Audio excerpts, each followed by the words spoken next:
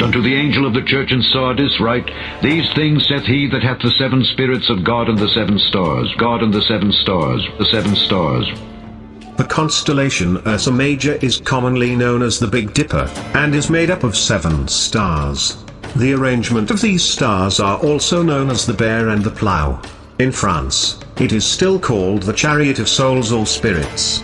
It is now suggested that the Elohim of the Hebrew Genesis had their phenomenal origin in the 7 great stars of the Bear, and that the 7 Elohim are the same personages and types as the 7 Rishis of India, the 7 spirits of the Great Bear found in Egypt, China and Japan, the 7 Knemu or pygmy sons of Ptah, the 7 Kabiri, the 7 Amshaspands of the Persians, the 7 princes of the Cabalist chariot, the 7 Titans with Cronus, the 7 Greek Heliades or sons of Helios, the 7 Hathors, the 7 cows, Ra with his 7 souls, the 7 pillars of wisdom, the 7 doors in the cave of Mithras, the 7 steps of the Masonic ladder, the candlestick with 7 branches, the 7 enclosures of the Jewish temple, the 7 tablets and the 7 spirits before the throne. The throne is the constellation Cassiopeia. Ursa Major is right in front of this constellation. John to the 7 churches which are in Asia. Grace be unto you and peace from him which is, and which was, and which is to come, and from the 7 spirits which are before his throne.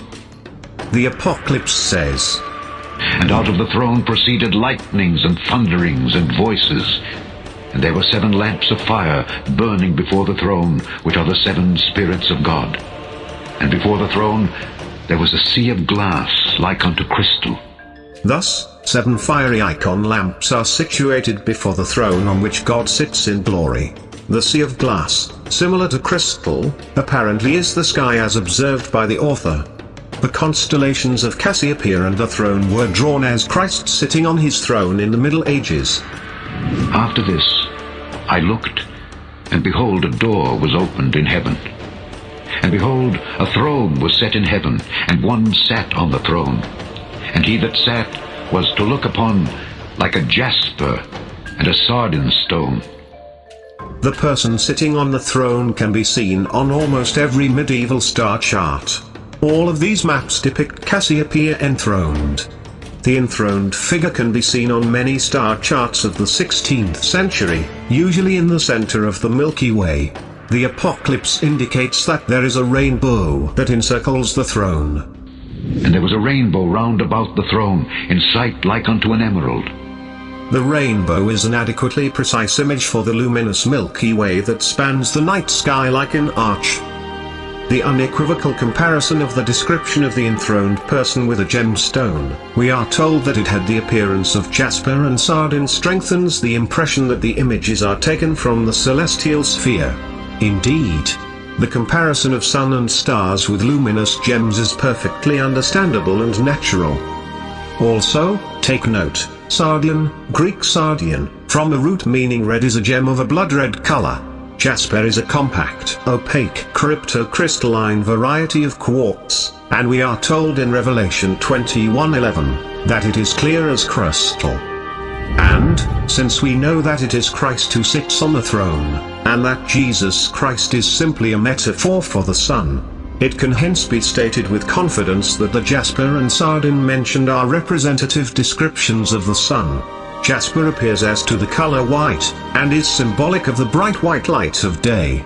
Sardine is typical of the red flame-colored setting sun. Imagine a gigantic jasper and sardine stone of human or greater dimensions, and think what its appearance would be. It would be white light mingled with red fire. What is that but the sun? Also worthy of examination is the fact that sardine and jasper were the first and last stones on the breastplate of the high priest Aaron. In Exodus 28:17, we read, And thou shalt set in it settings of stones, even 4 rows of stones. The first row shall be a sardius, a topaz, and a carbuncle. This shall be the first row. And the second row shall be an emerald, a sapphire, and a diamond. And the third row, a ligure, an agate, and an amethyst. And the fourth row, a beryl, and an onyx, and a jasper. The connection of the 12 zodiacal signs with the 12 tribes of Israel and the 12 stones of the breastplate were acknowledged by Philo and Josephus. Philo asserts that the 12 gems on the priestly breastplate represent the signs in the solar zodiac arranged to correspond to the 4 seasons of the solar year. In this periscope, Philo does not refer to months. The cosmological reference here concerns the sun, that is, the tropical year, divided into seasons, solstices and equinoxes. The 12 stones of the breast, which are dissimilar in color, and are distributed into 4 rows of 3s, what else should they signify but the zodiac circle? For that circle, when divided into 4 parts, constitutes by 3 signs in each case the seasons of the year, spring, summer, autumn and winter, those 4, the transition in each of which is determined by 3 signs, and made known to us by the revolutions of the sun. The association of the constellation of Cassiopeia with Christ, which the Apocalypse actually refers to, was sometimes explicitly depicted on medieval maps. For example, the Book of Radianus contains a picture of a throne with the crucified Cassiopeia upon it. The back of the throne serves as a cross, and the hands of the figure are pinioned to it. This is obviously a version of the Christian crucifix.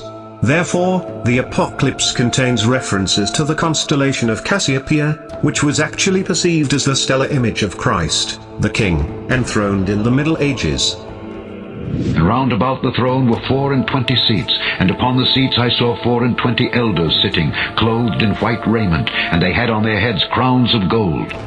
Any complete astronomy textbook points out that in the days of yore, the sky was divided into 24 wing-shaped segments, that is, into 24 meridional sectors which converge at the poles of the celestial sphere. These sectors are also called sidereal hours, or direct stellar ascension hours. The 24 hours define the celestial coordinate system. Thus, each elder of the Apocalypse is apparently a star hour in the equatorial system of coordinates, which is the division standard for the celestial sphere in astronomy.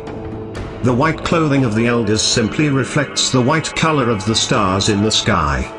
The golden crowns apparently refer to the constellation of the Northern Crown, Corona Borealis, situated close to the zenith, that is, exactly above the heads of all 24 elders or hours or sectors.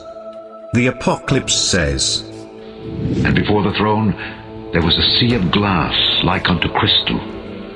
And in the midst of the throne, and round about the throne, were 4 beasts, full of eyes before and behind. This is a description of the celestial sphere which surrounds the constellation of the throne and is strewn with stars, or eyes. The initially obscure reference to a place around the throne becomes intelligible. The actual constellation of the throne is being referred to, as well as the smaller stars scattered all across the background. But what does "were for living creatures and they were covered with eyes" mean? This becomes clear from a casual glance at a star chart. Moreover, in the following passage of the Apocalypse it is clearly said that, And the first beast was like a lion, and the second beast like a calf, and the third beast had a face as a man, and the fourth beast was like a flying eagle. the first beast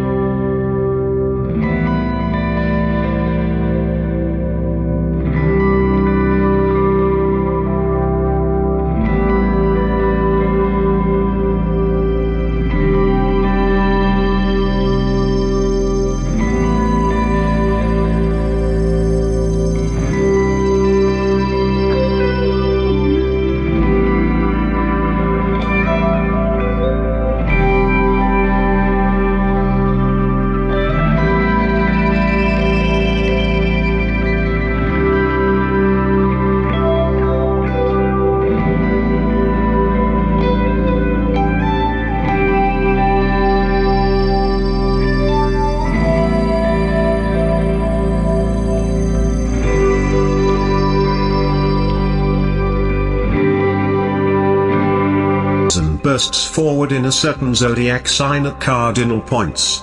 The cardinal points once occurred in Taurus for spring, Leo for summer, Eagle for fall and Aquarius for winter, one zodiac sign back, due to the precession of the equinox. The cardinal points are also the two equinoxes, spring and autumn, and two solstices, summer and winter. These symbolic animals were the constellations situated at the four cardinal points of the zodiac 4,000 to 5,000 years ago. These cardinal points are the origin of the symbol of the cross. Moreover, an occurrence of suspicion is revealed by the author of the Apocalypse, as we find in the Old Testament, in the book of Ezekiel, the very same description of the same atmosphere and the same four creatures of the zodiac. And I looked, and behold, a whirlwind came out of the north, a great cloud, and a fire enfolding itself, and a brightness was about it, and out of the midst thereof as the color of amber, out of the midst of the fire. Also out of the midst thereof came the likeness of four living creatures. As for the likeness of their faces, they four had the face of a man, and the face of a lion on the right side, and they four had the face of an ox on the left side, they four also had the face of an eagle. It is blatantly obvious that the author of the Apocalypse heavily borrowed from the book of Ezekiel and of the zodiac. Yet, more skeptical is both authors were said to be exiled. John to the island of Patmos, and Ezekiel to Babylon. Thus, the Apocalypse clearly enumerates the four main constellations along the ecliptic, the zodiac constellation of Leo, Taurus, Aquarius, and the Eagle. The constellations that denote the seasons form a square or cross. But since there are exactly 24 star sectors, or wings, proceeding from the pole, each one of these animal constellations has exactly 6 sectors of direct ascension, that is, they have 6 wings around them. In other words, each animal constellation is located in the region that is covered by these 6 sector wings on the celestial sphere. It is notable that all of this is absolutely accurately described in the Apocalypse, in which we read that, And the 4 beasts had each of them 6 wings about him, and they were full of eyes within. The eyes here are the stars. By the way, the Greek text formulates this as inside and around these animals covered with eyes inside and around are most probably constellations, and so the eyes in question should be stars. Indeed, they are drawn in precisely this form on any medieval star chart.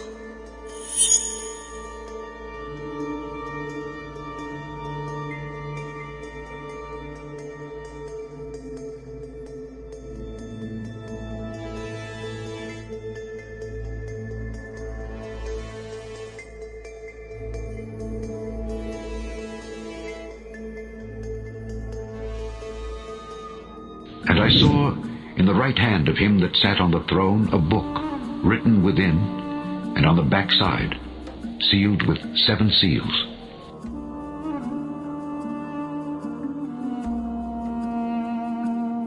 Behold, the Lion of the tribe of Judah, the root of David, hath prevailed to open the book, and to loose the 7 seals thereof. And I beheld, and lo, in the midst of the throne and of the 4 beasts, and in the midst of the elders, stood a lamb, as it had been slain, having 7 horns and 7 eyes, which are the 7 spirits of God sent forth into all the earth.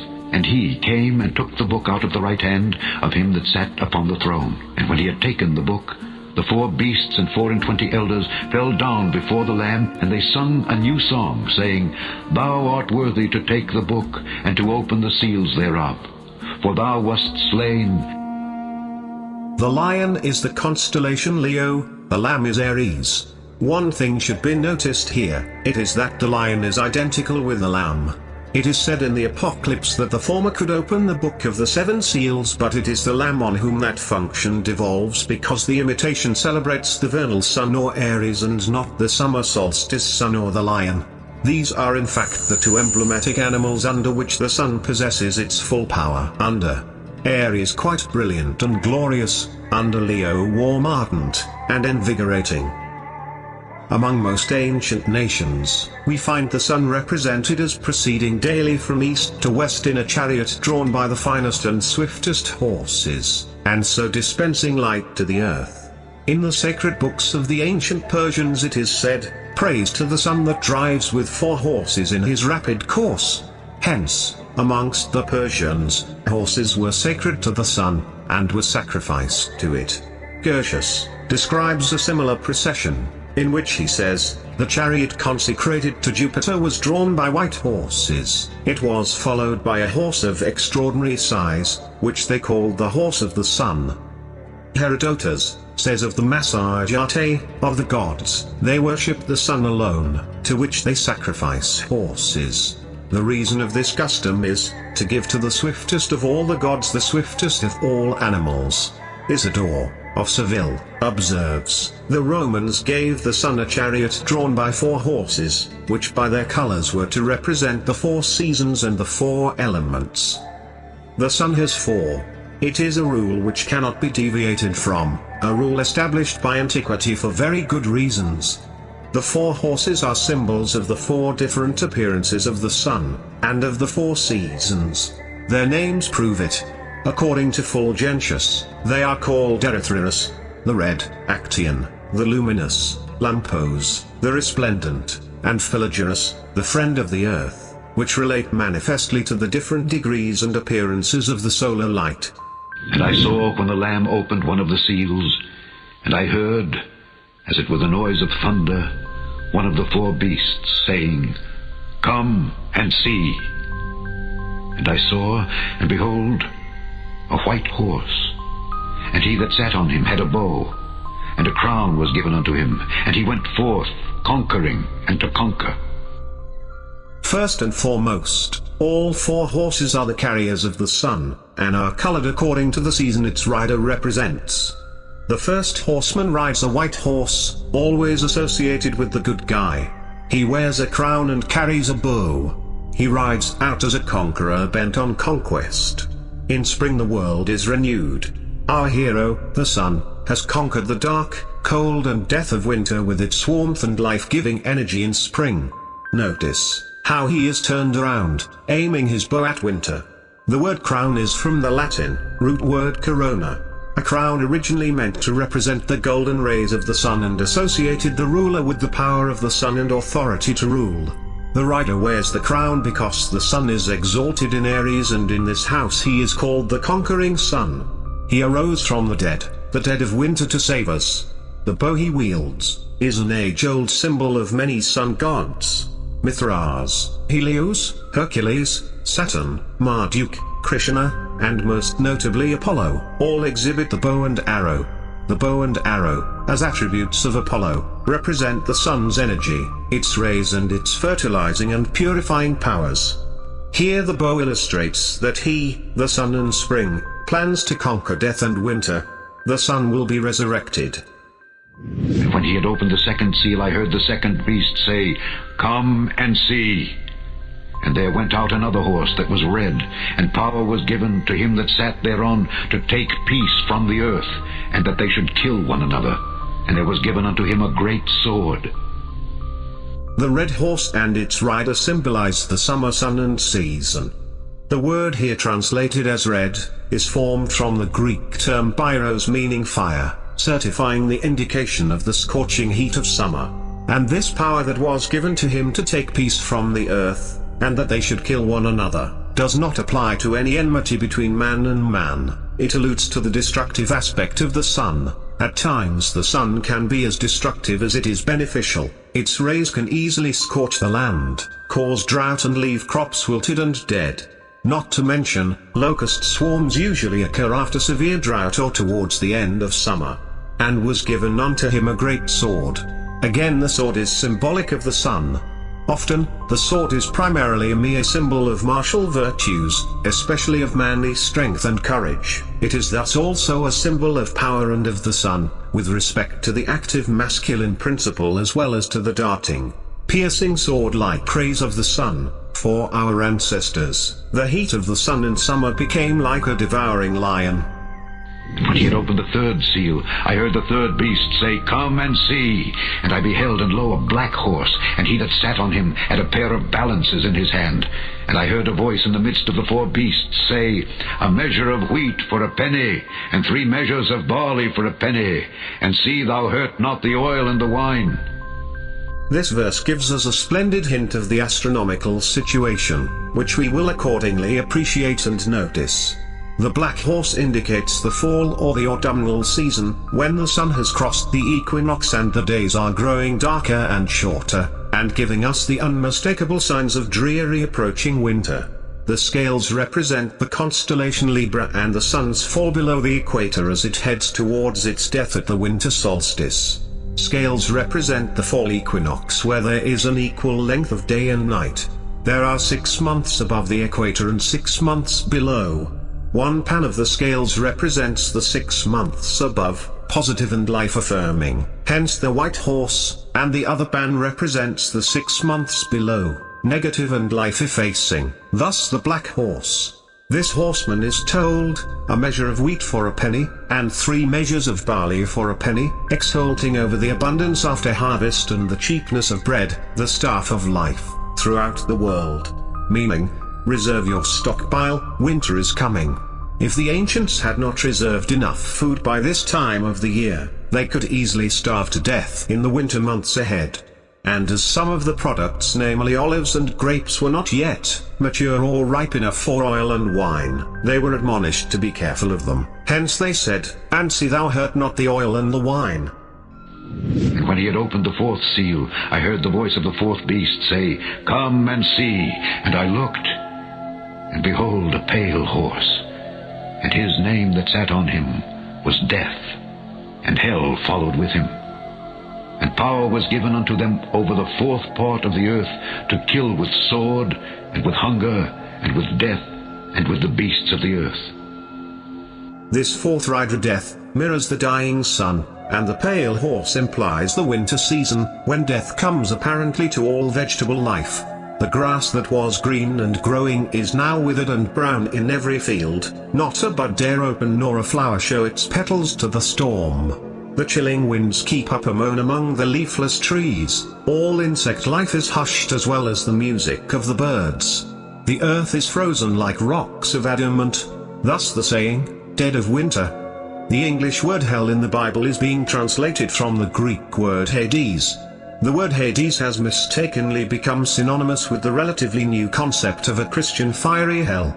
The Greek word Hades actually means the cold, dark underworld, a shadowy, gloomy netherworld cut off from God. Aries, spring. What is that, but the winter? Dr. Wachman Reiner says, the river of Hades is that part of the starry stream of the Milky Way which is below the equator, and which the sun passes in October and November, represented by the Scorpion and Sagittarius. This part of the zodiac was called Hades by the ancient priests of the sun, of the realm of the dead, the winter months. And so it is said, hell or Hades followed with him. The 4th horseman of death kills with all the negative aspects of the preceding horseman. The Apocalypse says, and power was given unto them, meaning the pale horse and its rider, over the 4th part of the earth, meaning the ending quarter of winter on the zodiac. He kills with the sword given to the 2nd horseman of summer, whose effects ripple down to winter. He destroys with hunger, as most life in nature starves and dies in winter. And he destroys with the beasts of the earth. The constellations have been called the beasts of the earth. The word zoo and zodiac comes from the Latin zodiacus, or Greek zodiakos, and means little animals. This is to say that not only is man destroyed by the troublesome plights of summer, and with Libra whose scales tip us below the equator into darkness, but man is destroyed by all the beasts of the field, by all the negative aspects of each of the zodiac signs. The 4 living creatures severally cry, "Come and see," at the opening of the first 4 seals. Let it be known, "come and see" is a mistranslated corruption. For in the Greek Septuagint and Latin Vulgate it is rendered only as "come." The living creatures are not telling the author to come and see. The 4 living creatures, fixed spring, summer, autumn and winter, are calling forth and inviting the 4 horsemen, to start their designated cardinal seasons.